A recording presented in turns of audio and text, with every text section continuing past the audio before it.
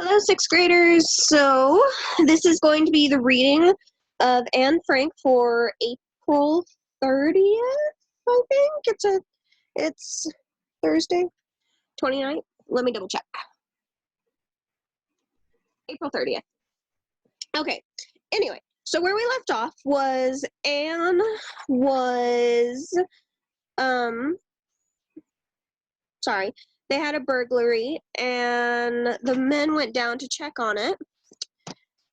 And the women stayed up front, stayed up top, and the only thing that they could think to do was talk to each other, because that was the only thing that kind of calmed their nerves. So they were whispering while the men were away. And the greengrocer, which is the grocer down the street, knows that something is up. He thinks that he believes that Hank is hiding them. And so therefore, he kind of knows, and we're going to figure out what happens now.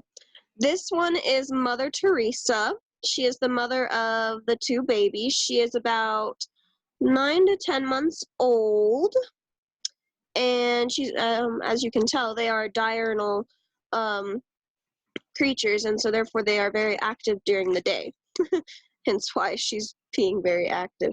So we are going to start off there. And that's what we're going to pick up. Friday, 14th April 1944. Dear Kitty, the atmosphere here is still extremely strained. Pym has just about reached boiling point. Mrs. Van Daan is in bed with a cold and trumpeting away. Mr. Van Daan grows pale without his bags, which are cigarettes. Dussel, who is giving up a lot of his comfort, is full of observations, etc., etc. There is no doubt that other lucks, not in at the moment. The laboratory leaks and the washer of the tap has gone, but thanks to our many connections, we shall soon be able to get these things put right. I am sentimental sometimes, I know that, but there is occasion to be sentimental here at times, when Peter and I are sitting somewhere together on a hard wooden crate in the midst of masses of rubbish and dust, our arms around each other's shoulders and very close. He with one of my curls in his hair, and the braids sing outside, and you see the trees changing to green. The sun invites one to be out in the open air. When the sky is so blue, then, oh, then I wish for so much. One sees nothing but dissatisfied, grumpy faces, hearing nothing but sighs and suppressed complaints. It really would seem as if suddenly we were very badly off here. If the truth is told, things are just as bad as you yourself care to make them. There's no one here that sets a good example. Everyone should see that he gets the better of his own moods. Every day you hear, "If only it was all over." My work, my hope, my love, my courage, all these things keep my head above water and keep me from complaining. I really believe, Kit, that I'm slightly backed today, and yet I don't know why. Everything here is so mixed up, nothing's connected anymore, and sometimes I very much doubt whether in the future anyone will be interested in all my tosh. The unblossomings of an ugly duckling will be the little of all this nonsense. The unblossomings of an ugly duckling will be the title of all this nonsense. My diary really won't be much use to Mers, Bolkestein, or Gerbendy. Yours, and Saturday, 15th April 1944. Dear Kitty, shock upon shock. Will there ever be an end? We honestly can ask ourselves that question. Now guess what's the latest. Peter forgot to unbolt the front door, which is bolted on the inside at night, and the lock of the other door doesn't work. The result was that Kraler and the men could not get into the house, so he went to the neighbors, forced open the kitchen window, and entered the building from the back. He is livid at us for being so stupid. I can tell you it's upset Peter frightfully. At one meal, when Mummy said she felt more sorry for Peter than anyone else, he almost started to cry. We're all just as much to blame as he is, because nearly every day the men ask whether the door has been unbolted, and just today no one did. Perhaps I shall be able to console him a bit later on. I would so love to help him. Yours, Anne. Sunday morning, just before 11 o'clock, 16th April, 1944. Darlingest Kitty, remember yesterday's date, for it is a very important day in my life. Surely it is a great day for every girl when she receives her first kiss. Well then, it is just as important for me too. Brahm's kiss on my right cheek doesn't count anymore. Likewise, the one from Mr. Walker on my right hand. How did I suddenly come by this kiss? Well, I will tell you. Yesterday evening at 8 o'clock, I was sitting with Peter on the divan. It wasn't long before his arm went around me. Let's move a bit, I said.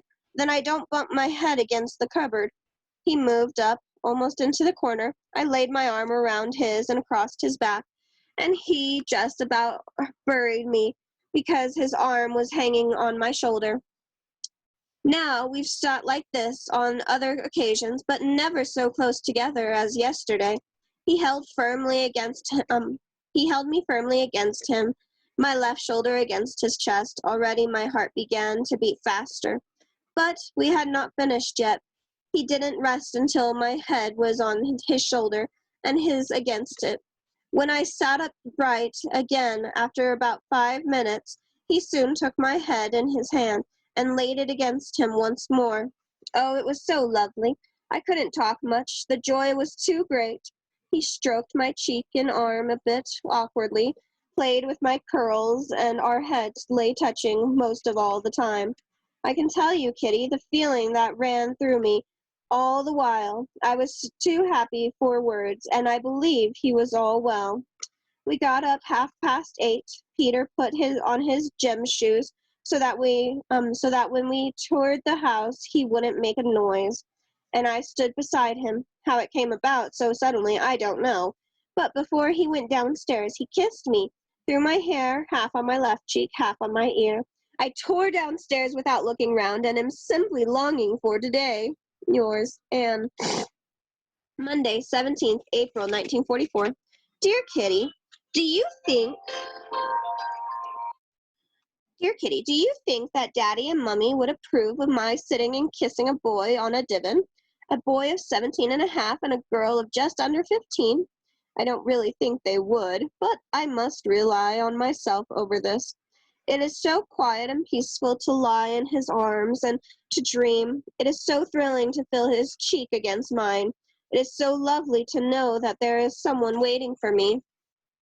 But there is indeed a big but, because will Peter be content to leave it all at this? I haven't forgotten his promise already, but he is a boy. I know myself that I'm starting very soon, not even 15, and so independent already. It's certainly hard for other people to understand. I know almost for certain that Margot would never kiss a boy unless there had been some talk of an engagement or marriage, but neither Peter nor I have anything like that in mind. I'm sure, too, that Mummy never touched a man before Daddy. What would my girlfriends say about it if they knew that I lay in Peter's arms, my heart against his chest, my head on his shoulders, and with his head against mine? Oh, Anne, how scandalous! But honestly, I don't think it is. We are shut up here, shut away from the world, in fear and anxiety, especially just lately. Why then should we who love each other remain apart? Why should we wait until we've reached a suitable age? Why should we bother? I have taken it upon myself to look after myself. He would never want to cause me sorrow or pain. Why shouldn't I follow the way my heart leads me? If it makes us both happy. All the same, Kitty, I believe you can sense that I'm in doubt. I think it must be my honesty, which rebels against doing anything on the sly. Do you think it's my duty to tell Daddy what I'm doing? Do you think we should share our secret with a third person? A lot of the beauty would be lost, but would my conscience feel happy? I will discuss it with him. Oh, yes, there's still so much I want to talk to him about, for I don't see the use of only just cuddling each other. To exchange our thoughts, that shows confidence and faith in each other. We would both be sure to profit by it. Yours, Anne. Tuesday, 18th April, 1944. Dear Kitty, everything goes well here. Daddy's just said that he definitely expects large-scale operations to take place before the 20th of May, both in Russia and Italy, and also in the West.